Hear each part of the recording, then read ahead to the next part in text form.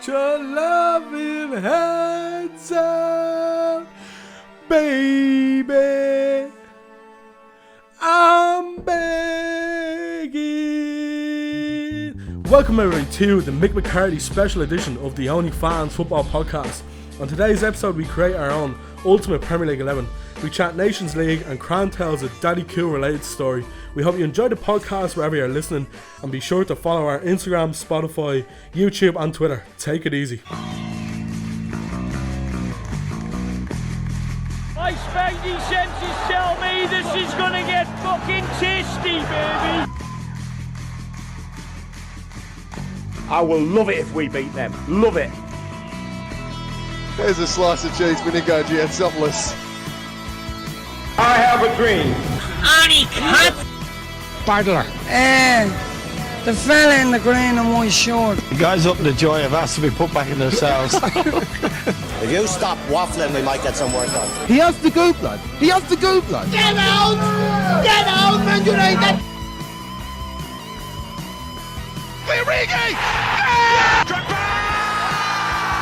Torres to give Chelsea a place in the Shane Long has done it! Let me add a little bit of spice to that. Is he a fucking space? My grandmother had wheels, she would have been a bike. I think I'm a special one. I'm the normal one. I never knew Stoke were that good. Hello everyone and welcome to the Onlyfanz Football Podcast episode dash the Mick McCarthy Special. Boom, you done it well. Yeah. You kind of dug yourself a hole there, but you dug yourself out of it. Dash.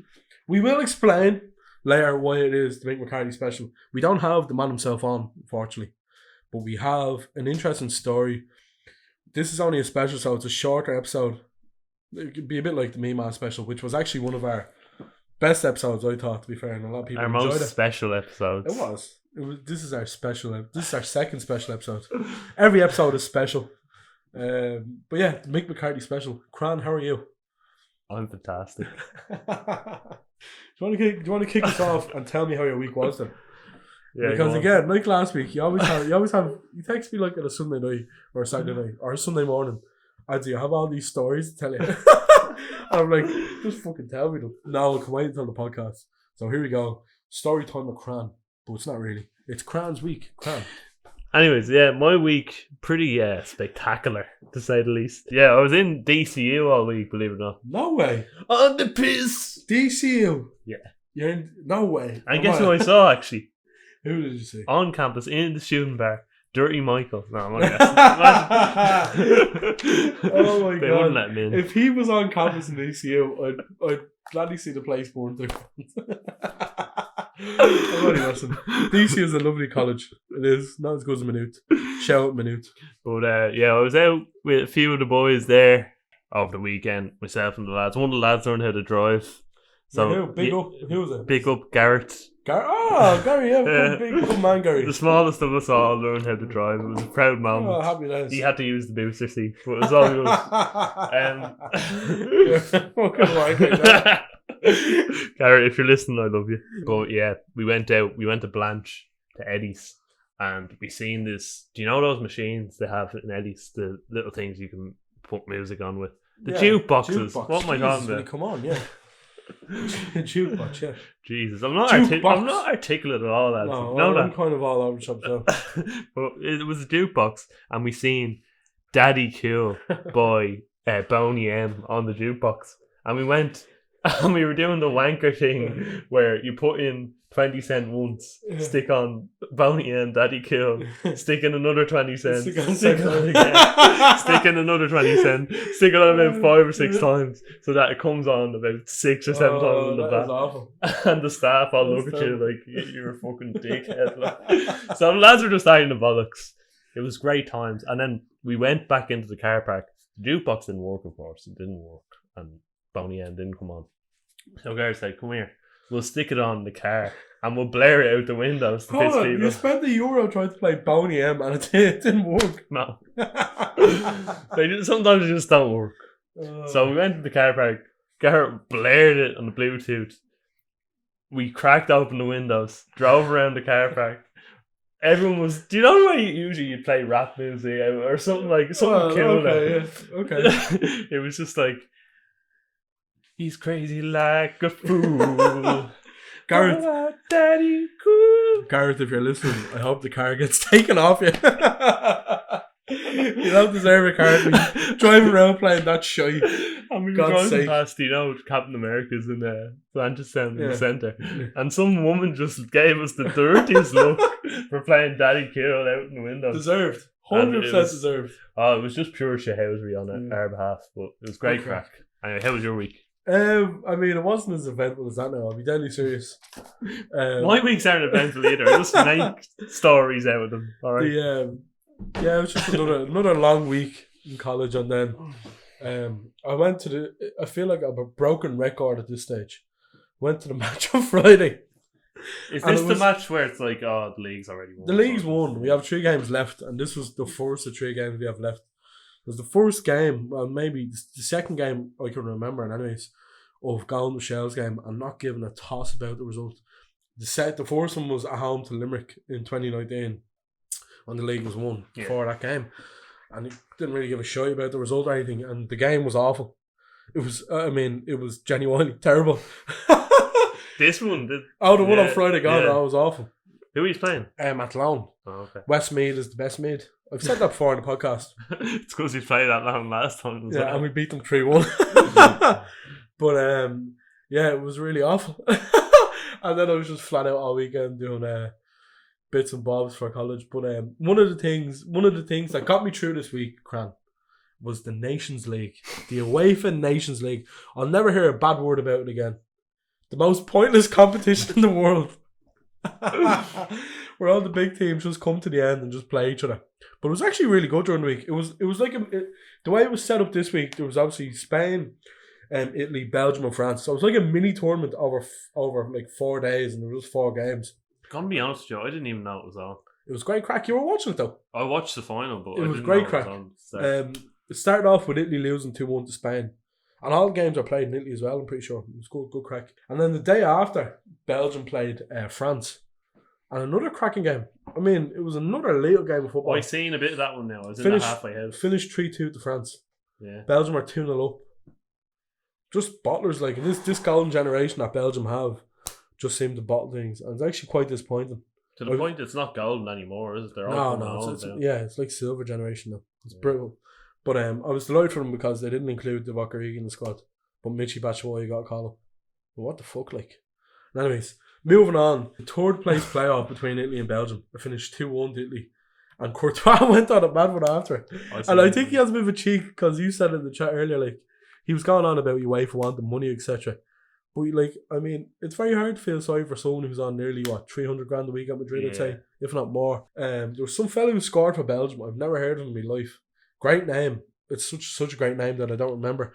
But he played really well. And Barella. That's it. That's the highlight of the game. And again, I'm glad they lost because Origi wasn't playing. But yeah, the final last night, the first half was awful. And all my hope that I had for the UEFA Nations League was gone until the second half kicked off. What a game, second half. Ayatabal, I think that's his name, scored a screamer. Ayatabal? Yeah, him. Yeah, he's all the one. Basque he made Upamecano look like... So he made him look so poor. Upamecano came on for Varane because Varane went off injured. United are fucked now, by the way. Varane and Maguire. Oh shit. Upamecano came on. Phil Jones and Victor Lindelof.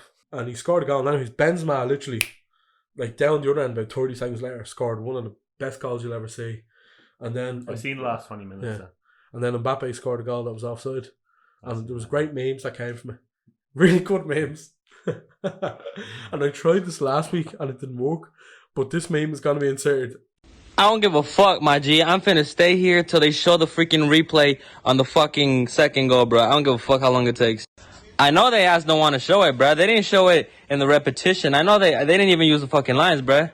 I'm finna wait here till the motherfucking commentators start talking about this shit, cause this was a fucking robbery, my G. Mbappe, how the fuck do you feel that you scored in a goal that was offside? How the fuck do you feel, huh? How do you feel about that? How? Explain. What a meme, Cran. My G, Mbappe, how do you feel? Finna. I'm finna wait here for the replay of the repetition. What a fella. He sounded genuinely upset about it. Genuinely so upset about Spain losing a game of football. That doesn't even matter. A glorified friendly is literally what it is. But yeah, it was offside. It was miles offside. And it might shock you when I say this, but the officials were English. An English official getting an offside wrong. Where would you hear the likes of? Anto Taylor, the bald fraud. One of many bald frauds. He's one of the biggest bald frauds there is, though. While we're here, will we talk about Ireland match? Considering it is the Mick McCarthy Special. It was a good win. It's good win on Saturday. But it's all irrelevant, really. The result was good. I have one of the lads in college who despises Stephen Kenny. Like, I mean, hates him. Really? Hates him? Why would he just hate him? He just doesn't think he's fit for the job. I'll get him on. We'll get him on some stage, or I'll get his opinion. I'll send him a voice and get him send him back. To be honest, like, it's meaningless if he wins this game, though, in my opinion. Like, it meant something like you won 3-0 or whatever. But the qualification campaign's gone. What I'll judge him on is the Euros campaign to come. Yeah. If he gets it through that, fair enough, he's done his job. Yeah. You know what I mean? But it's pointless playing good football against Azerbaijan now. That's my take. True. And why couldn't we beat them at home? Yeah. We were there last month. It was watching awful football. It was one of the worst. Eating shit hot dogs. And they couldn't beat them there. Smelly bags of potato. That was the Me Man special. Jeez, that's a month already. That was a terrible match to be at. Yeah. And then they go over to Baku, all those fans, and they get to watch fucking champagne football and Callum Robinson, the anti-vaxxer, scoring more goals than he had vaccines, as you said earlier. Yeah. No, look at him. He has more goals than jabs. Does our Callum Robinson. No, I'm happy for him now, to be fair. Like, I think there's a lot to be said about getting the vaccine or whatever. And look, we're not going to get into it because I'm sick of hearing everything about it. But if he doesn't want to get it, that's his own prerogative. I don't really care. Neither do I. And there's people that do. Yeah. The media that just jump on his back. And it's like, It's who awful. cares? Who cares? Who really cares? It's terrible. Are you just caring for the sake of caring, or do you actually care? It's caring to make a headline. Yeah. He took his goals well, though. P couldn't score a third. I had money on him to get a hat-trick. The one time I put money on Ireland and he didn't do it. We had chances to do it as well. And shout out to Ogbene as well. I think he's the first African-born Irishman to get a goal, an international goal. Man. I'm delighted for him. He was so good when he came on. And he looks a real talent as well, I have to say. Yeah. He's big, he's strong. Like, he's a very good asset to have. He is, yeah. You know what I mean? Like, I love Adam Ida as well. But I wouldn't be opposed to see Ogbene get a few starts. Ogbene, yeah.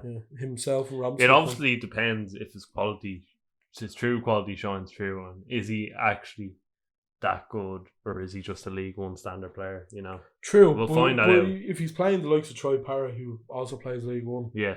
And then we talked about before, but Anthony Scully playing for Lincoln in League One as well, I think. And he's the top scorer in England. In all the divisions, he's the top scorer, and he can't get a game. That's mad. So, I mean, like, what's Kenny's reason for picking these players?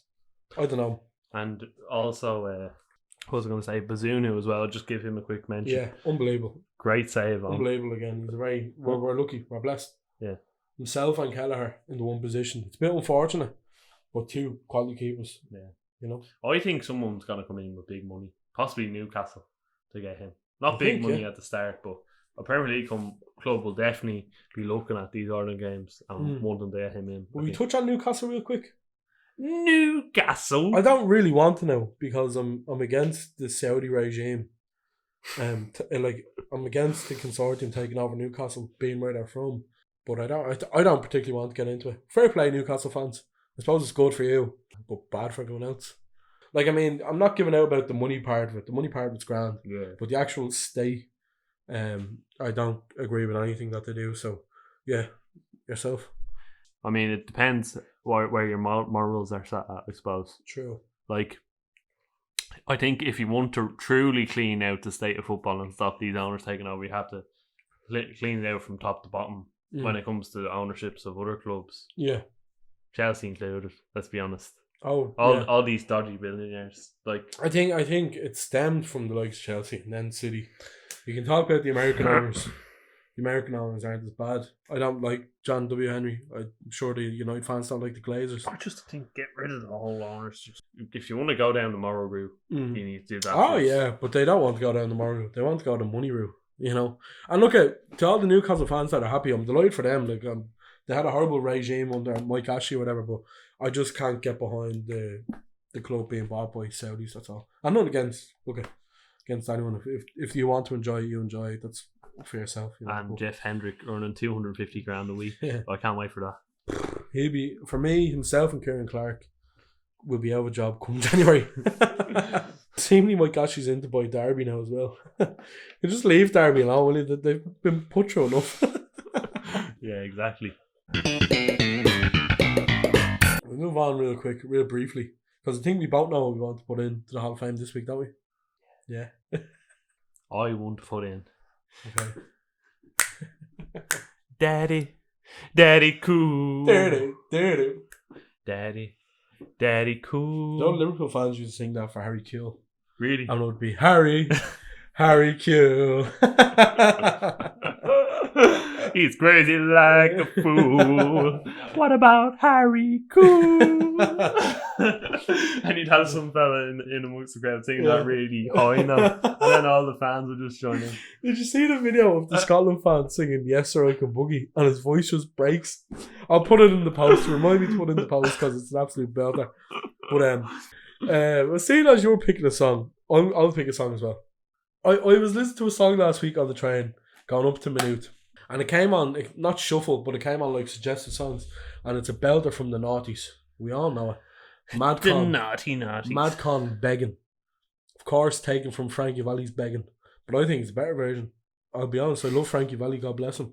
So my nomination this week for the musical edition, it actually ties in with the whole theme of the episode, to be fair. The musical edition of the Hall of Fame is Madcon Begging. Madcon Begging against Boney M. Is Daddy Cool, yeah. So anyways, moving on now to the main days of the podcast this week. We are, seeing as there's no domestic football this week in the Premier League or any of the European leagues, we are doing an ultimate Premier League 11 made up of players from one player from one team, if that makes sense. So you can't use more than one player from a team. Yeah. So the way we're going to do this is we both have the teams written out. We have a bench of 7 substitutions and we have a manager. And seeing as it's get it out, the fans themselves, you guys will decide which team is better. Is that okay? Yeah. So I'll start off. My team are playing staunch 4-4-2 or 4-2-4 for the football hipsters out there. In goal for me is in goal for me is Emiliano Martinez of Aston Villa. Wow. In nets. I think he's one of the best keepers in the league. Remember we had a discussion before about who was the best keeper? Senna. And Senna was adamant that he was the best keeper in the league. I still think Alisson and Ederson are better keepers overall, but I think best of the rest, I think potentially Martinez is up there. So what about Mendy? Yeah, Mendy as well. I do like Emiliano Martinez, I have to say. Okay. But I'm a massive fan of Mendy as well. Well, speaking of Mendy, it's much isn't it? My goalie is Emiliano Martinez of Aston Villa. Cran, your goalkeeper is. Well, speaking of Mendy, you've said it. So I have done the same. I've gone for a staunch. What did you call it? Staunch 4-4-2 or a 4-2-4 for the football purists and hipsters out there. So in goal, I've gone for Edouard Mendy. Okay. I just think he's my favourite player of Chelsea at the moment. Really? Yeah, because Kante, he's like a cameo at the moment. He's a walking cameo. He's like Tom Selleck in Friends. That's what he's like. You see him one episode and you don't the next. Oh. That's Kante. Poor N'Golo. He either has COVID or he's crashed his little polo car. Oh, Bella Coupe de la Maison! I heard someone blaring that song a minute the other day. Like windows open, blasting the French World Cup winning song, and he's just like, N'Golo, Kante! Like roaring out his window. Sorry for the little sidebar. But yeah, Edouard Mendy. Yeah, I've gone for Mendy because Kante's always injured, and I love Mendy. I really do. I think he's the safest hands in the league. He catches everything, and he's the opposite of Kepa. I just love him. He's so good to have in goal. I've gone for him in goal. Will we go full back four, or do you want to go back position by position? Full back four. Back four. So my right back is Vladimir Koufal of West Ham. I have Raphael Varane of Manchester United. I have Ben White of Arsenal. And I have Luca Dean of Everton. Will I run through why? Wow. Yeah, go on. So I think, to be fair to Vladimir Koufal, I genuinely think there's maybe 2 or 3 right backs better than him in the league. One of them being Trent, the other being Walker. I think you'd be hard pressed to find a more what's the word I'm looking for? Consistent right back in the league than Koufal. It feels like he plays every game. He constantly does well. He's just a very good player. He's consistent. Yeah. I remember Rafa Varane at the back. And it's because my team is a bit top heavy. If you had to do a top 5 list of centre halves in the league, he's definitely in it. He's definitely one of the top 5 centre halves in the league. That could be one for another show, but I definitely think Varane would be in it. He wouldn't be at the top now, but he'd definitely be in it. I've gone for Ben White to partner him. I think Ben White's a stupendous player. Absolutely cracking player. I think at Arsenal, he's going to find it tough at Arsenal because there's a lot of expectancy on him, and I just think he's going to find it tough for the first while. Now Arsenal have come into form recently, and he's been very good, but I do think Ben White, especially at Leeds in the season they went up, and he was all right with Brighton as well. He was immense, and I've gone for the dog that is Luca Dean at left back. Your back four, Con. Explain Luca Dean there, would you? Yeah, just why not? I had to put an Everton player in. The 3 teams I left at the end was Everton, Norwich and Southampton. No, it was Norwich, Watford and Everton. He's a good player. He has "You'll Never Walk Alone" written across his chest, like tattooed on his chest. And he claimed when he signed for Everton that it wasn't because he supported Liverpool. And in the same article he said that Liverpool weren't for him ahead of Andrew Robertson. In the whole article of trying not to be bitter against Liverpool, he came across incredibly bitter. I do think he's a very good player. But he's a dog. And he's better than Robinson, did you say? No, not at all. I thought I heard you say that. Not at all. Don't be sorry. Sorry, I'm just winding you up. I do like him though. I like that tenacity he has actually. He's good. Yeah. Sorry, go on. He has a nice left foot, a nice cross on him as well. My back four, I've gone for the same right back. Koufal, I agree with you. I think he's really consistent. Yeah, I think he's very good on the ball. He has very good right foot on him, putting in crosses. Centre back, I've gone for Ruben Loftus-Cheek. Now Ruben Diaz. The second best Ruben in the league. Yeah. I've gone for Ruben Diaz, and the other centre back I've gone for Van Dijk.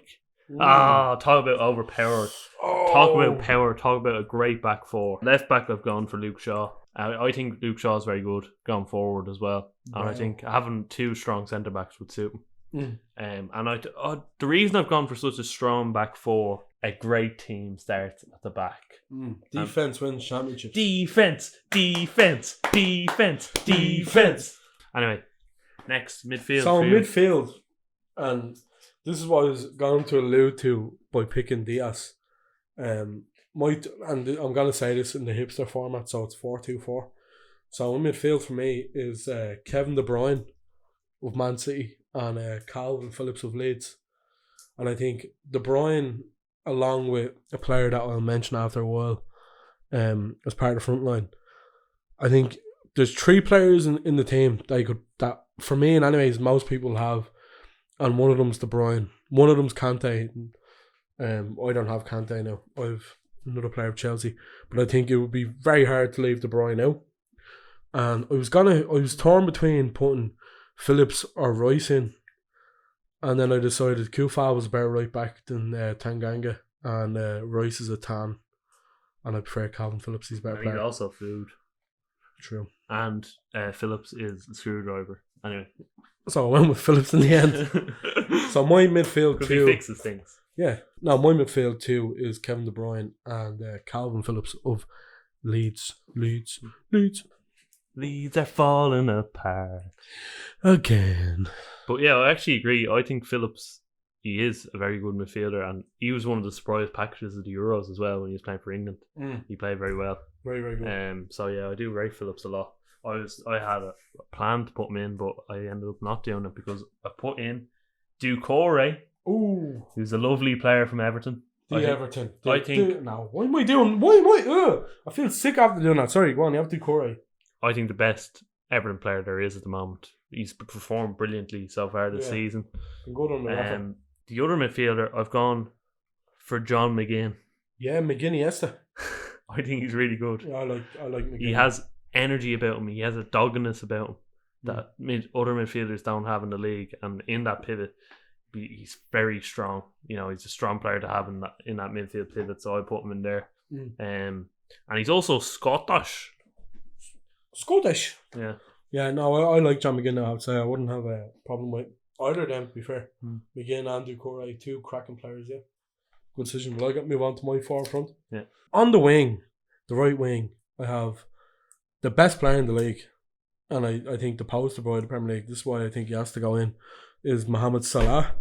I have up front, I have a partnership of Brentford and Chelsea in Ivan Toney and Romelu Lukaku. And on the left wing, I couldn't have not picked him. It's Hwang Hee-chan, my boy from Wolves. Yeah, that's my front four. I think you would be hard pressed to pick a team without Mohamed Salah. I think he's the best player in the league by far. His goal against City was unbelievable. That was okay. I think there's a real show for him to be the best player in the world at the minute. Like on current form, I think he's definitely up there. I've heard echoes of that as well. I don't think it would be the worst argument to make. I went with Ivan Toney because like we wouldn't be here without him. Let's be honest. We wouldn't have the podcast going without Ivan Toney. God bless him. God bless him. And if anyone has a problem, be sure to DM him on Instagram. No, he's a cracking player as well, though. I think he's gone every league he's gone up a level as well. Yeah. And his goals last season were great, and his goals this season have been very good, and his all round build up play is great. And I look forward to seeing him in a Liverpool shirt next season. It's a nice duo as well to have Toney and Lukaku, because Toney he has that vision to pass the ball as well. So I respect that. And I've expressed my love for the big Belgian Romelu Lukaku before on the podcast. I genuinely do love him. I think he's a cracking player. And I think Chelsea, for them to progress a bit better, I know they're top of the league at the minute, so you can't really complain too much, is to probably get him more involved. And, give him better service. And as soon as he gets forward, he'd be hard to stop. And on the left, I went with Hwang Hee-chan, because he's given me moments this season in which I've loved. Emotional moments. Yeah, and you know what? I think, like Liverpool, for me, the number one team in the league that I love and support or whatever, but Hwang is really making me love him and Wolves at the minute. And they're absolutely awful to watch. But at the end of a dark tunnel, there's always a bright light. And the bright light in this case is Hwang Hee-chan for Wolves. So yeah, that's my front four. Mo Salah, Ivan Toney, Romelu Lukaku, and Hwang Hee-chan. My front four, I've gone for two behind the two strikers. So I'm playing a bit of a narrow 4-2-4. And I've gone for Sonaldo. Sonny. And I'd like him to drift out a bit to the left and to the right, provide a bit of width. I think he's a great player. And if Kane left, I honestly think Spurs will be okay because they have him. True. So underrated. Yeah, love Son. And behind them as well, I've gone for Trossard, another player. Good show. I do have a Tenzi towards. I think he's brilliant. He has that little dink and he can provide service as well for the two up front. The two up front, I've gone for Ronaldo and Jamie Vardy. Jamie Vardy's having a party. I'm glad our teams are very different. Yeah. I think the only player we have in common is Vladimir Kufal, which makes me very happy. Yeah. I just think it's funny as well. Imagine Jamie Vardy and Ronaldo playing up front together. Just imagine that partnership. It's a great story, wouldn't it? Yeah. Vardy. Two shithouses, let's be honest. Yeah. Vardy more than Ronaldo.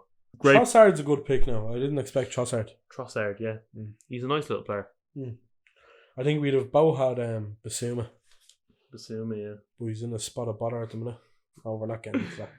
Well, that's it. We're not going near that. Are you sure? I actually don't know about that. Can you tell me? No, you're alright. Okay.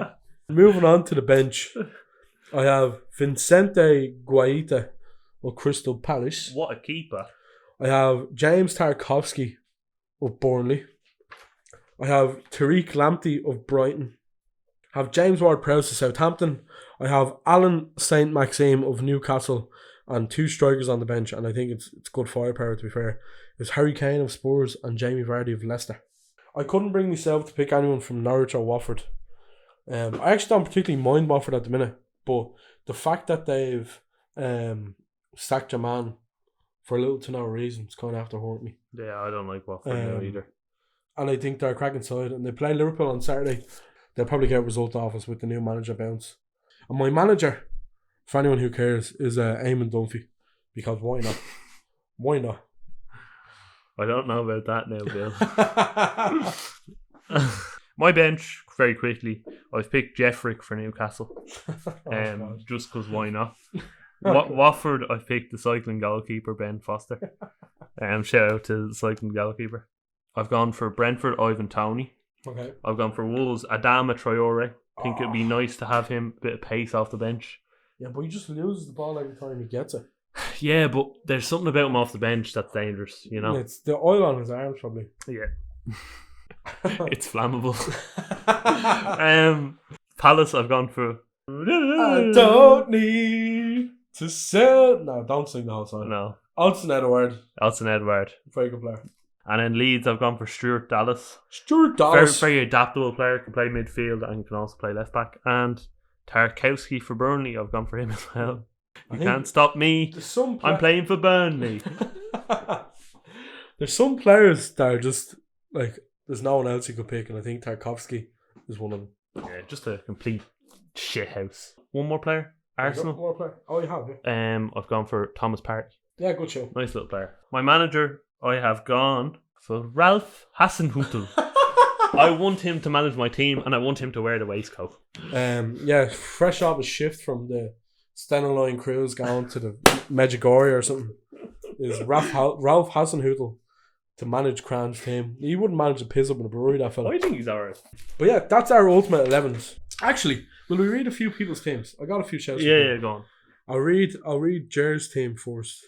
He said he'd done this while he was waiting on a sandwich from O'Brien. He has Bernd Leno on goal of Arsenal. He has Kufal right back, Ming centre half of Villa, Tarkowski of Burnley at centre half, Reguilon of Spurs. It's not a bad show. Kante, Neves, and De Bruyne in midfield. Do you like that? That's strong. And then he has Salah, Ronaldo, and Saint Maxime up front. I'm not sure about the shout for Ming centre back. Yeah, I'm not the biggest fan of Ming. Now. We have a team from Sam Dwyer. Good old Sam, he's a college mate of mine. He has Martinez of Villa in goal, Pereira, Dunk, Van Dijk, Cresswell at the back. Very good. Kante, De Bruyne, and Doucouré getting a show. He has Rafinha, Cristiano Ronaldo, and Sonaldo up front. That's not a bad team at all, actually. Yeah, lovely. It's much different to ours, and I like that. We have Dave's team of Martinez, Pereira, Van Dijk, Ben White, Lucas Digne, Kante, De Bruyne, Bruno, Adama Traore, Harry Kane, Saint Maxime. That's actually a little team. Yeah. I like that team now. Dave, good shout there. We have Sean Newman's team, who was literally just giving us a team. Can you read that? No, I'm not reading that. No. His team is literally just, for some reason, he has number 1 in goal, Michael Antonio. Number 2, Michael Antonio. His whole team is Michael Antonio. Wow. Sean Newman, ladies and gents. He'll like that one. Yeah. He's the manager of the team as well. He is, yeah. Newman. Pookie from Ben. Yeah. Ben Casey would just went Timu Pookie.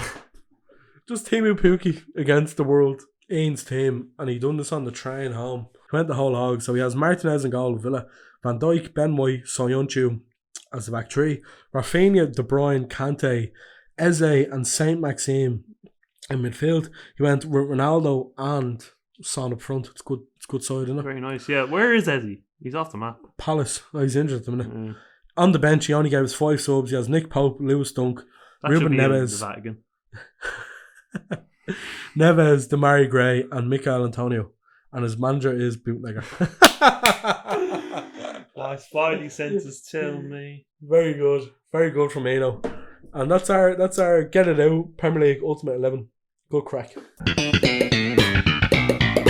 Before we get into the final bit of the episode, this is the surprise. Should we talk about our little trips planned? Well, first of all, yeah. Okay. Yeah. So, well, I'm headed to Rome at the end of the month. Mm-hmm. This October 23rd for 5 days. 5 days. A nice little romantic trip away with the lads, and we're going to see Rome and Napoli, possibly. And our trip. I hope you do go and see Rome and Napoli now. Well, I hope so as well. Tickets aren't out yet though, so. You might start. Yeah. We bought our tickets last Thursday night, didn't we? Yeah. The group chat, the lads, ourselves, the piss boilers, ourselves, Dave, Rory, and Senan bought tickets to Feyenoord and Pex Volla. I think's the team. I'm looking forward to this so much.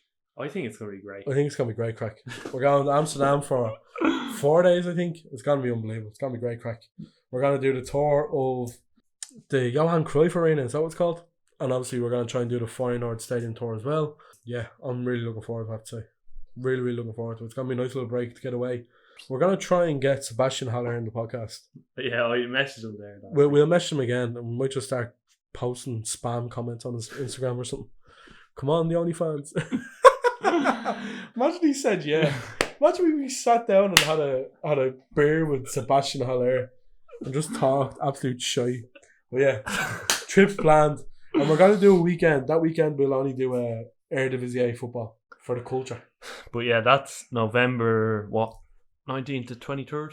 Yeah, that weekend. So if you're around the Netherlands area, I know there's a fan from Utrecht, and he don't wants say this. He just turns up, says loads of people like, "Oh, what's the story, mate? I am a big fan of the Onlyfanz." No, mate, no, that's not us. Sorry. So the last segment of the show today is... Save the best to last. It's something different, isn't it? Yeah. Because for anyone who's a keen listener, you will have noticed that we left out Cod of the Week. Yeah. We left out Euro Trash and Euro Treasure. So this week we have something special, and we did allude to it on last week's podcast, and it is to do with Mick McCarthy. It's a wonderful song by a young artist. How would you say that? Is it Jamaha? Jamaha. His name's Jamie, and anyways, he's a lovely fellow. We've been DMing him on Twitter the past while, and we've been trying to get an interview sorted, and unfortunately we just haven't been able to meet up with each other. So anyways, this is what we call story time.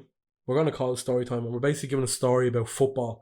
And the story in this case is a song that came out during the first lockdown called Mick Mac.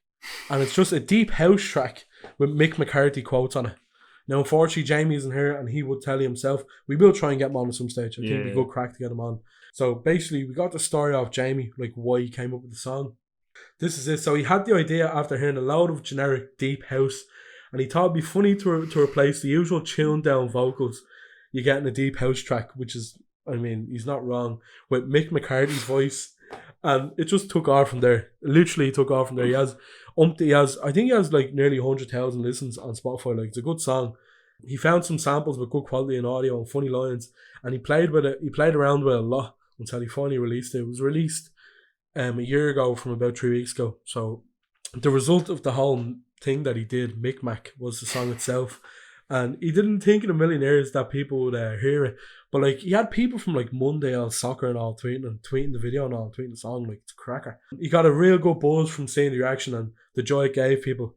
And I'll be deadly serious, which I've showed nearly everyone in college this song, just because I find it's actually good, but it's hilarious as well. It's good crack. Like, I'd love to hear it when the club's open now.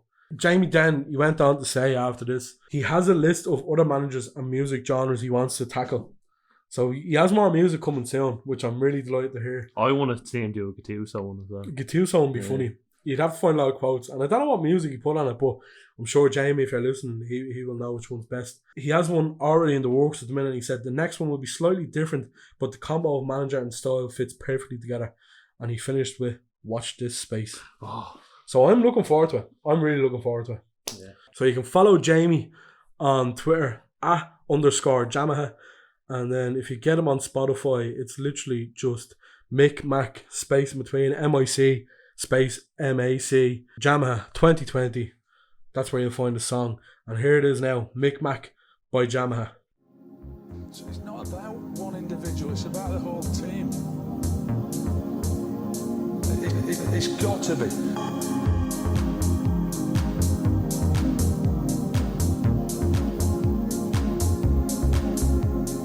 Time to show his gob. Time to show his gob. Time to show his gob. It's got to be. Time to show his gob. Time to show his gob. Time to show his gob. It's got to be. Yeah. Yeah.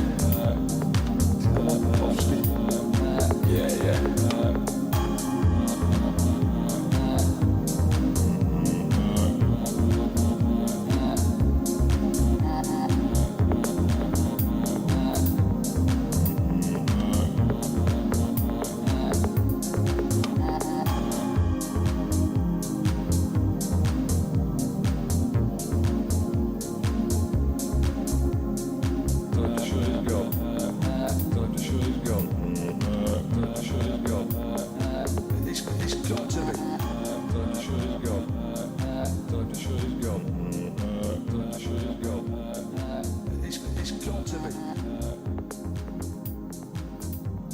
Well, everyone, I hope you enjoyed this week's episode of the Onlyfanz Football Podcast, the Mick McCarthy Special. It was a pleasure, Adzi. As Pleasure as always. Yeah. It's good to be back in the Potato Wedge studio. A very scenic route on the way to the Potato Wedge studio. Yeah. I walked down. You nearly got lost, didn't you? Walked down the canal. I almost fell in. But and you didn't. Yeah, thank God. Thank God. But you didn't fall into the canal and you didn't get hit by a bus, so we're on the up. Hopefully now when I'm walking back there's no buses on the canal. Anyway, I'll see you later, everyone. Or we will see you later. God. Thanks for listening. And as always, if you are new, please download the podcast and follow all the socials. Adzi, anything else you want to say before? Not at all. Thanks for listening, everybody. As usual, different episode this week. We planned on it being much shorter, but it's literally the same record. Good to have Jamie allowing us to play a song at the end and giving him an intro. We will get him on at some stage. Too many crossed wires, unfortunately. Yeah. But we will eventually get him on. He's a great fella. And yeah, hope everyone enjoyed the episode. And we'll leave it there so.